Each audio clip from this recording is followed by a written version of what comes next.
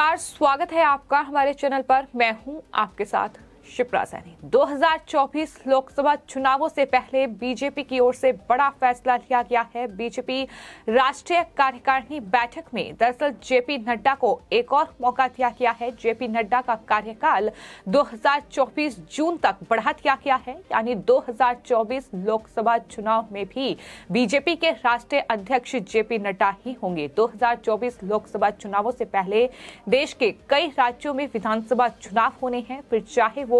मध्य प्रदेश हो, कर्नाटक या फिर राजस्थान। इसके अलावा भी कई राज्यों में विधानसभा चुनाव होने हैं और ये तमाम चुनाव जो हैं सेमीफाइनल मुकाबले के तौर पर देखे जा रहे हैं 2024 लोकसभा चुनाव से पहले। और बीजेपी की राष्ट्रीय कार्यकारिणी की बैठक चल रही है। जिस तरह से बड़े फैसले बीजेपी की राष्ट्रीय कार्यकारिणी बैठक में लिए जा सकते हैं कि पहले ही माना जा रहा था, और अब ये जानकारी दरअसल केंद्रीय गृह मंत्री अमित शाह की ओर से ही दी गई है कि जेपी नड्डा जो हैं वही बीजेपी के राष्ट्रीय अध्यक्ष होंगे 2024 जून तक। ये जानकारी केंद्रीय गृह मंत्री अमित शाह की ओर से दी गई है, जिसमें उन्होंने ये बताया है कि जेपी नड्डा के लिए राष्ट्रीय कार्यकारिणी ने आज प्रस्ताव किया है। राजनाथ सिंह ने इस प्रस्ताव को रखा और सभी बीजेपी के सदस्यों ने इसे स्वीकार भी किया है। जेपी नड्डा को जून 2024 तक के लिए बीजेपी के अध्यक्ष के रूप में इनका कार्यकाल बढ़ाया जा रहा है। ये केंद्रीय गृह मंत्री अमित शाह की ओर से जानकारी दी गई है। तो राष्ट्रीय कार्यकारिणी की बैठक चल रही है और इसमें आपको ये बता दें कि जिन राज्यों में चुनाव होने हैं उन चुनावों को लेकर भी मंथन हुआ है, लेकिन वहीं प्रधानमंत्री नरेंद्र मोदी की ओर से भी कई मुद्दों पर जो है चर्चा इस राष्ट्रीय कार्यकारिणी की बैठक में की गई है। फिर चाहे बात बंगाल की जाए या फिर चुनावों की जाए, पश्चिम बंगाल में जिस तरह से बीजेपी ने विधानसभा चुनाव में परफॉर्मेंस किया, उसके बाद अब सूत्रों के हवाले से ये जानकारी सामने आई है कि बंगाल चुनाव के बाद बंगाल में जिस तरह से बीजेपी संगठन उत्साह के साथ काम कर रहा है, उसको लेकर प्रधानमंत्री नरेंद्र मोदी ने राष्ट्रीय कार्यकारिणी में इसकी तारीफ की है। साथ ही तेलंगाना में बीजेपी की यात्रा और संगठन की भी प्रधानमंत्री नरेंद्र मोदी ने तारीफ की है। वहीं राजनीतिक प्रस्ताव में भारत की आध्यात्मिक और सांस्कृतिक विरासत को संजोने के लिए प्रधानमंत्री नरेंद्र मोदी की ओर से उठाए गए तमाम अलग अलग कदमों की भी जमकर सराहना की गई है। वहीं वित्त मंत्री निर्मला सीतारमण ने यह कहा कि आज प्रधानमंत्री नरेंद्र मोदी के नेतृत्व में दुनिया भर में भारत की छवि जो है वो काफी अच्छी हुई है और दुनिया अहम मुद्दों पर भारत की ओर देख रही है। ये तमाम बड़ी बातें बीजेपी की राष्ट्रीय कार्यकारिणी की बैठक में तमाम जो बीजेपी के बड़े लीडर हैं उनकी तरफ से कही गई, लेकिन वहीं प्रधानमंत्री नरेंद्र मोदी ने इस बात की प्रशंसा की है, तारीफ की है कि बीजेपी का संगठन जो है वो उत्साह के साथ पश्चिम बंगाल जैसे राज्यों में काम कर रहा है। क्योंकि आपको बता दें कि पश्चिम बंगाल वो राज्य है जहां बीजेपी ने काफी दमखम के साथ चुनाव लड़ा। हालांकि जीत हासिल नहीं कर पाई बीजेपी, लेकिन जिस तरह से उन्हें हिंसा और वहां दंगे का सामना करना पड़ा, जिस तरह से बीजेपी के कार्यकर्ताओं की हत्याएं की गई, लेकिन उसके बाद भी बीजेपी के तमाम नेता लगातार ममता बनर्जी के खिलाफ अलग अलग मुद्दों को लेकर आगे बढ़ रहे हैं। जाहिर तौर पर वो तारीफ के काबिल है और यही वजह है कि प्रधानमंत्री नरेंद्र मोदी की ओर से पश्चिम बंगाल का जिक्र किया गया और ये कहा गया कि पश्चिम बंगाल चुनाव के बाद बंगाल में जिस तरह से बीजेपी संगठन उत्साह के साथ काम कर रहा है, दरअसल वो तारीफ के काबिल है। इतना ही नहीं, हिंसा को लेकर कार्यकारिणी बैठक में प्रधानमंत्री नरेंद्र मोदी की ओर से कहा गया कि जिस तरह बंगाल में हमारे कार्यकर्ता संघर्षशील वो प्रशंसनीय हैं, संघर्ष जारी रहे, ये बातें प्रधानमंत्री की ओर से कही गई हैं। यानी प्रधानमंत्री भी बखूबी तरीके से ये जानते हैं कि किस परिस्थिति में कहीं न कहीं पश्चिम बंगाल में बीजेपी कार्यकर्ताओं ने जिस तरीके से कहीं न कहीं वो रहे हैं, जिस तरीके से अपना जीवन यापन करने पर वो मजबूर हुए हैं,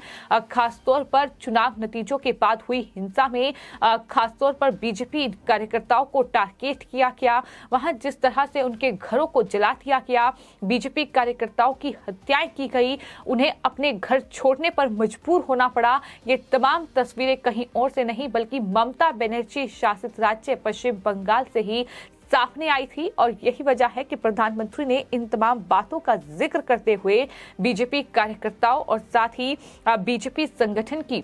तारीफ की है। पश्चिम बंगाल चुनाव के बाद बंगाल में जिस तरह बीजेपी संगठन उत्साह के साथ काम कर रहा है उसकी प्रधानमंत्री ने तारीफ की है। तमाम लोग इसको लेकर ट्वीट भी कर रहे हैं। लेकिन इसी के साथ साथ आपको ये बता दें कि ये जो 2 दिन की बीजेपी की राष्ट्रीय कार्यकारिणी की बैठक हुई है, इससे पहले राजधानी दिल्ली में प्रधानमंत्री नरेंद्र मोदी का एक रोड शो भी हुआ और इस रोड शो के बाद प्रधानमंत्री नरेंद्र मोदी इस बैठक में पहुंचे। एनडीएमसी कन्वेंशन सेंटर में ये बैठक आयोजित की गई, जहां केंद्रीय गृह मंत्री अमित शाह, रक्षा मंत्री राजनाथ सिंह, बीजेपी के राष्ट्रीय अध्यक्ष जेपी नड्डा के अलावा 12 मुख्यमंत्री और 5 उप मुख्यमंत्री और साथ ही 35 केंद्रीय मंत्री इस बैठक में शामिल रहे। इस बैठक में विधानसभा और लोकसभा चुनावों के लिए पार्टी की रणनीति पर विचार विमर्श किया गया है। तमाम अलग अलग मुद्दों को लेकर इस बैठक में चर्चा हुई है। वहीं आपको बता दें, बीजेपी के राष्ट्रीय अध्यक्ष जेपी नड्डा ने अगले साल होने वाले लोकसभा चुनाव से पहले 2023 में 9 राज्यों में जो विधानसभा चुनाव होने हैं उनके महत्व को इस बैठक में बताया है, रखा है कि किस तरीके से पार्टी की कार्यकारिणी जो बैठक हुई है उससे इन सभी चुनाव में जीत दर्ज करने के लिए कमर कसी जाए, किस तरह से रणनीति तैयार की जाए। इन तमाम नेताओं को जाहिर तौर पर यह बताने की कोशिश हुई है। बीजेपी नेता रविशंकर प्रसाद ने जेपी नड्डा के भाषण की जो जानकारी है वो मीडिया को दी है और रविशंकर प्रसाद की ओर से ये बताया गया है कि जेपी नड्डा ने ये कहा है कि साल 2023 हमारे लिए बहुत महत्वपूर्ण है और हमें 9 प्रदेशों में चुनाव लड़ना है। राष्ट्रीय अध्यक्ष ने पूरी कार्यकारिणी से आह्वान किया है कि चुनाव के लिए कमर कस ली जाए, क्योंकि 9 राज्यों में विधानसभा चुनाव हैं और जाहिर तौर पर अगर 2024 के शुरुआत में ही लोकसभा चुनाव हैं तो उससे पहले ये तमाम 9 राज्य इनमें जो विधानसभा चुनाव होने हैं इसमें कहीं ना कहीं ये एक सेमीफाइनल मुकाबला फाइनल मुकाबले से पहले होगा और इसमें जीत अगर बीजेपी हासिल कर लेती है तो कहीं ना कहीं बीजेपी के कार्यकर्ताओं का न सिर्फ मनोबल बढ़ेगा बल्कि बीजेपी को एक मजबूती भी 2024 लोकसभा चुनावों के लिए मिलेगी। और यही वजह है कि राष्ट्रीय अध्यक्ष जो है बीजेपी के जेपी नड्डा, उनकी तरफ से इन 9 राज्यों में विधानसभा चुनावों का जिक्र किया गया है। जेपी नड्डा ने ये भी कहा कि आज प्रधानमंत्री नरेंद्र मोदी के नेतृत्व में भारत दुनिया की 5वीं सबसे बड़ी अर्थव्यवस्था, मोबाइल फोन की दूसरी सबसे बड़ी निर्माता, ऑटोमोबाइल क्षेत्र में तीसरी सबसे बड़ी निर्माता जो है वो भारत बन चुका है। उन्होंने कहा कि पहले जहां हर दिन 12 किलोमीटर राजमार्ग बनाया जाता था, आज ये बढ़कर 37 किलोमीटर हो गया है। देश ने मुफ्त अनाज सहित कई कल्याणकारी योजनाओं के साथ गरीबों को सशक्त बनाने के लिए भी काम किया है। इस बात का जिक्र भी उनकी तरफ से किया गया। साथ ही गुजरात विधानसभा चुनाव में पार्टी की जीत को ऐतिहासिक बताते हुए तारीफ की और कहा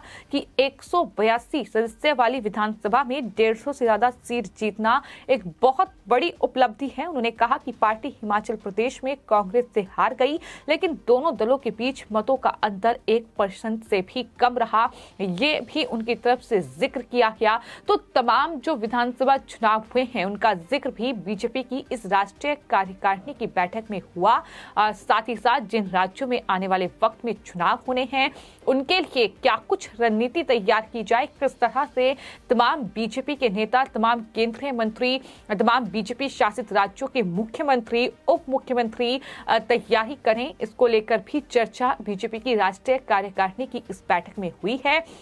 लेकिन प्रधानमंत्री ने खासतौर पर पश्चिम बंगाल का जिक्र किया है और पश्चिम बंगाल में बीजेपी के संगठन की उन्होंने तारीफ की है। जाहिर तौर पर जिस तरह से वहां बीजेपी को हिंसा का सामना करना पड़ा, उसके बाद भी जिस मजबूती के साथ बीजेपी के नेता लगातार ममता बनर्जी के खिलाफ अलग अलग मुद्दों को लेकर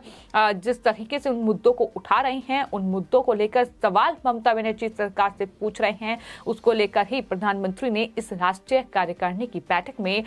तमाम बीजेपी के नेताओं की तारीफ की है। इसी के साथ साथ बड़ी खबर यह है कि बीजेपी के राष्ट्रीय अध्यक्ष जेपी नड्डा का कार्यकाल जून 2024 तक बढ़ा दिया गया है, यानी लोकसभा चुनाव 2024 भी बीजेपी के राष्ट्रीय अध्यक्ष जेपी नड्डा के नेतृत्व में ही लड़ा जाएगा। फिलहाल आपकी इस पूरे मामले पर क्या राय है, हमें कमेंट बॉक्स में जरूर लिखें और चैनल को सब्सक्राइब करें। धन्यवाद।